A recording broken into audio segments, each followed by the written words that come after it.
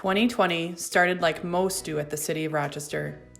However, this year was unlike anything we could have expected.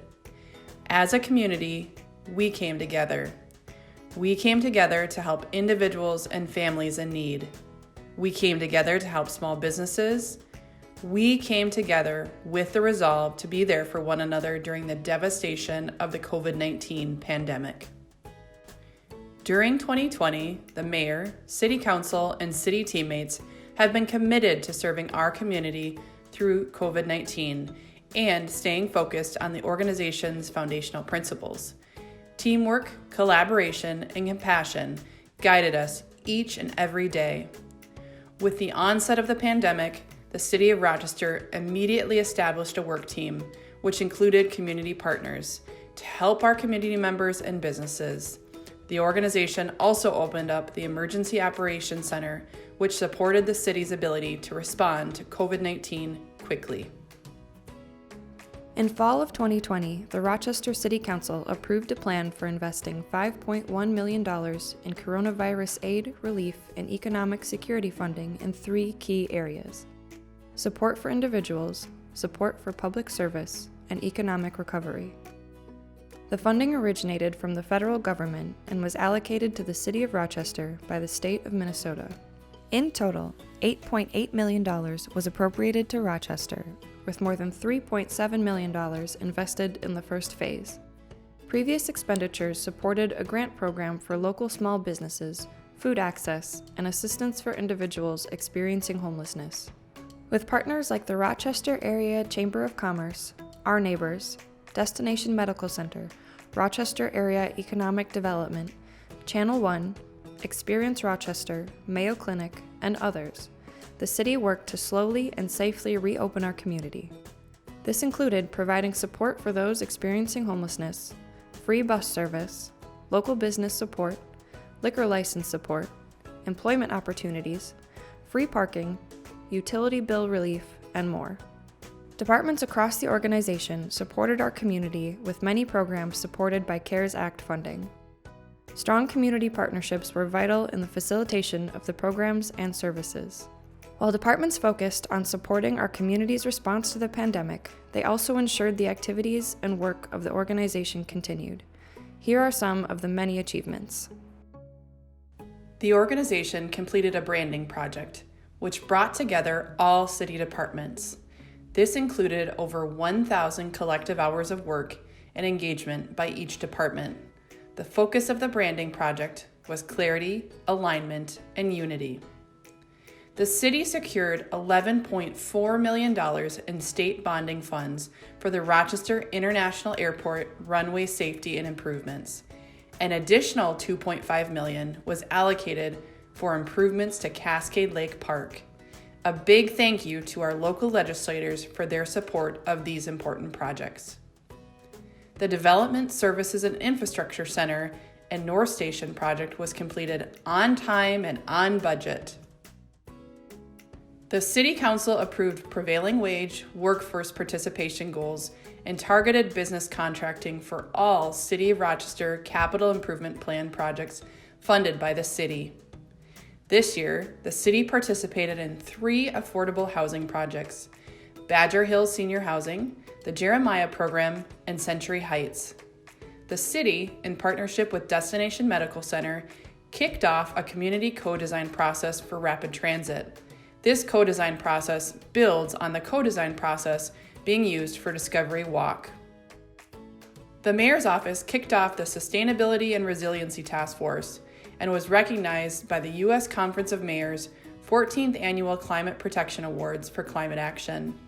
The city also completed the Bloomberg Harvard City Leadership Program and participated in the new mayor's cohort at the Mayor's Innovation Project.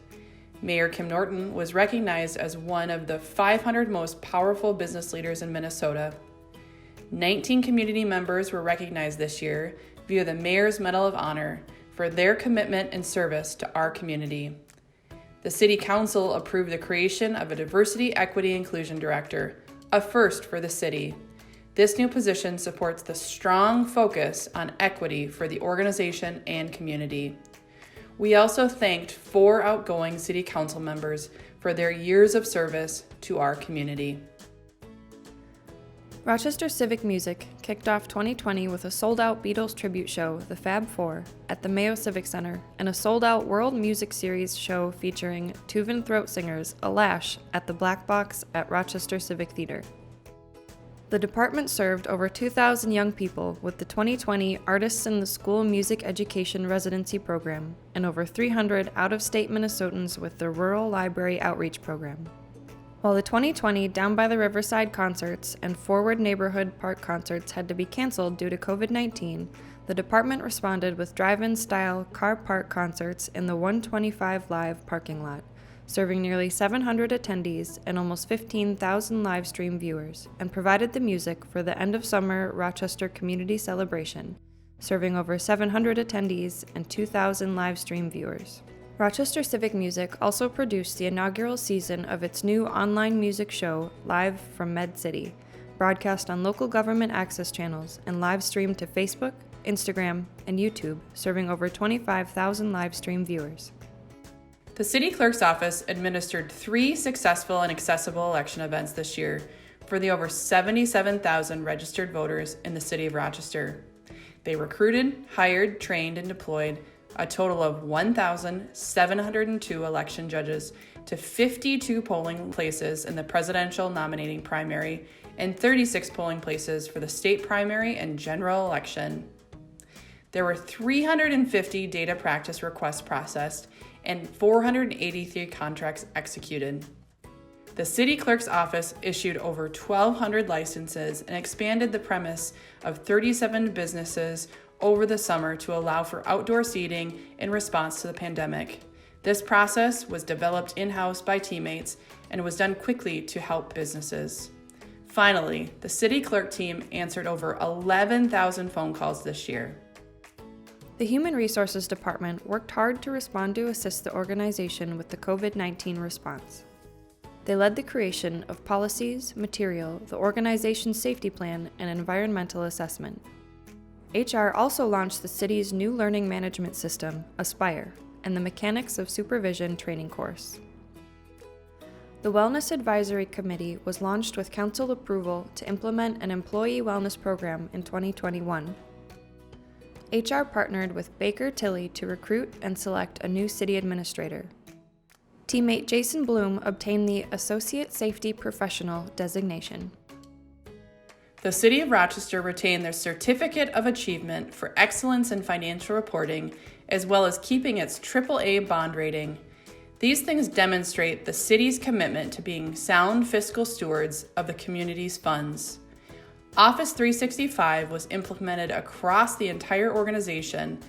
This occurred just in time as city teammates began working remotely due to COVID-19. The finance team also worked diligently to ensure CARES funding was tracked and reported properly, and they also facilitated a second budget process effort to make $26.2 million in budget cuts to adjust due to the pandemic's impacts. The Rochester International Airport was awarded a $750,000 Small Community Air Service Development Grant. It announced new nonstop flights to Denver on United Airlines, and the Jet Bridge addition is nearing completion. Teammates in Public Works were busy this year. They mill and paved 25 miles of streets, as well as plowed over 7,400 miles of roadways. There were multiple stormwater drainage improvement projects as well. In total, over 1,700 right-of-way permits were issued. In addition, close to 2 million feet of sanitary sewers were jet cleaned. 2020 was another important year for capital improvement project completion. This included the sanitary sewer project at First Avenue Northwest and Broadway.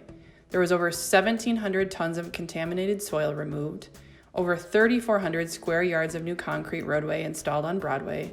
The 3rd Avenue Southeast Siphon project was complete. The team micro-tunneled 380 feet under the Zumbro River. They also installed 750 feet of sanitary sewer, much of that in bedrock, and they also installed 760 feet of storm sewer. These types of projects are reflective of the ongoing investment in our community and specifically in our downtown, as outdated and worn infrastructure is replaced. The improvements being made will support a vibrant downtown that is ready to serve our growing community. Public Works, in partnership with RPU, continue to make progress with replacing outdated streetlights with high-efficiency LED lights. This is reflective of our commitment to sustainability efforts. Our public transit system was named the best transit system of the year, a really great accomplishment and highlight. Our public safety teammates experienced another busy year.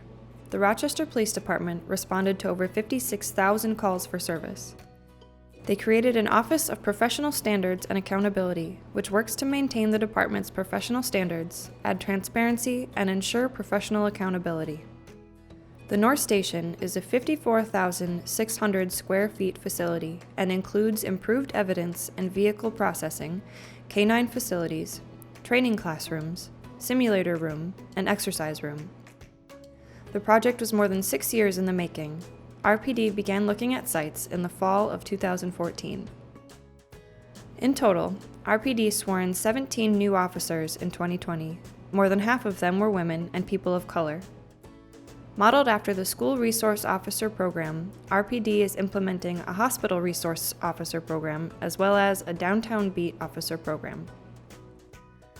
Even through the pandemic, the team focused on connecting with the community through COVID-safe activities. This was especially true with the Community Action Team's focus on engaging the youth in the community. The Rochester Fire Department responded to over 9,700 calls for service this year. They played a key role in the Emergency Operations Center for COVID-19. In addition, RFD worked with Pierce Manufacturing to develop an idle control system for their fire apparatus, which Pierce now offers as the Rochester system, which is now being sold across the United States and Canada. This system reduces fuel consumption and was included on Truck 42, the newest RFD apparatus. They were able to double the size of the high school firefighter class to increase interest in the fire service and aid in their recruitment. The training division built a 2-story training prop for live burn training and a trench rescue and confined space prop for technical rescue training at the Regional Public Safety Training Center. The trench rescue prop was used by the State Technical Rescue Team to certify its members in trench rescue capability. RFD established 3 automatic aid agreements with Elgin, Byron, and Stewartville that will increase the frequency the departments work together and provide a joint response to community members at the edge of each jurisdiction's response area.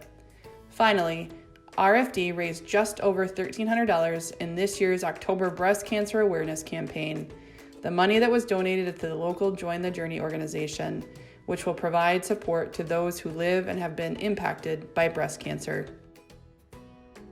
To do its part in ensuring a safe and livable community, the City Attorney's Office opened a total of 1,740 cases, of which 339 were gross misdemeanors and 1,401 were misdemeanor cases. 784 of cases opened this year involved victims of crime, and teammates made almost 2,100 contacts with victims and witnesses. The library provided leadership and staffing assistance to the day center, which saw an average of 77 individuals each day. The team provided those experiencing homelessness a safe place during the ongoing health crisis. The library was also home to the call center, where over 6,000 COVID-related calls were answered between March and November. An additional 29,464 library reference calls were also answered by the call center team, helping keep our community connected to the library materials and information they rely on. Over 46,000 people borrowed items using the library's curbside pickup system between April and November, giving customers safe access to library materials. Library teammates Heather Adamson, Ingrid Alvarez, and Kim Dahl were selected for the Minnesota Library Association's Above and Beyond Award. All 3 library teammates served as day center operations managers to support individuals experiencing homelessness. Over 7,900 handwritten postcards were mailed to Rochester area residents, primarily individuals over the age of 65 plus, to keep people connected during the initial days of the COVID pandemic. In addition, more than 1,000 library cardholders over the age of 65 received phone calls from library teammates. The calls were made to help some of the community's most vulnerable feel more connected to library resources. In addition, over 350,000 digital audiobooks and ebooks were borrowed between March and November. This was a 37% increase over the same period in 2019. Rochester Public Utilities received the 2020 Association of Metropolitan Water Agencies Gold Award for Exceptional Utility Performance. The Unit No. 4 chimney at the Silver Lake plant stood among the Rochester skyline for 52 years and was taken down this year due to the plant being decommissioned in 2015. Beginning in August, RPU worked collaboratively with the Community Engagement Group and City Administration to assist RPU customers with city-allocated CARES funding to get additional direct CARES funding help out to customers. Through these efforts, RPU awarded $749,776 to 375 small business customers and $123,701 to 191 residential customers. At Lake Zumbro Dam, the annual and 5-year inspections were completed by Bar Engineering. This was an in-depth inspection that involves surveying the spillway for vertical and horizontal shift and bathymetry in front of the dam and below. Also at Lake Zumbro Dam, the annual emergency response drill was performed. These drills are important to ensure quick response to high water or dam failure scenarios for the safety of downstream residents. Community development continued to build and develop the department. This included building safety coming together with community development to form one department. Together, they will now function as the Community Development Department. A big focus for the year was moving many services online. This included building permits and rental license applications. The city also adopted a historic preservation strategy and was a recipient of a state award to do research on the power plant. Community development was very active with helping bring more public art into our public spaces. This included working with Park and Recreation and our neighbors. The total valuation of new development was over $441 million, bringing the 3-year total to approximately $1.8 billion. Community development launched a small area plan, the Downtown Waterfront Southeast Small Area Plan, which is located southeast of the downtown core. It is a 60-plus acre campus. The process has included a 20-person committee and has been heavily focused on community engagement. Community development is also leading the work on updating the Unified Development Code. This ambitious project is to convert the Land Development Manual, which contains the city's zoning and subdivision regulations, into a clearer, more robust, and comprehensive Unified Development Code. This is a 27-month project, and it features 6 major components. Over 32,000 building inspections were completed. A total of 241 new rental licenses were processed, bringing the total rental licenses to over 5,200. In addition, this year over 4,000 rental inspections occurred. The Community Development Block Grant served over 3,100 community members, including 600 people with disabilities and over 1,500 community members experiencing domestic violence situations. The city's Green Team was created, and there was an adoption of a styrofoam ban policy for the city organization. There were 40 sustainability community listening sessions that occurred, and they captured input from Rochester's communities of diverse backgrounds and prioritized voices not typically heard from in the community engagement process. The Community Development Department was very active with the COVID-19 response, and they managed over $1.2 million of CARES funds to support neighborhoods, the arts, nonprofits, food security, daycare, and distance learning. They partnered with organizations like Our Neighbors, Cradle to Career, Threshold Arts, the United Way, Channel One, the Rochester Area Foundation, YU, the Mayo Civic Center, Boys and Girls Club, and many more.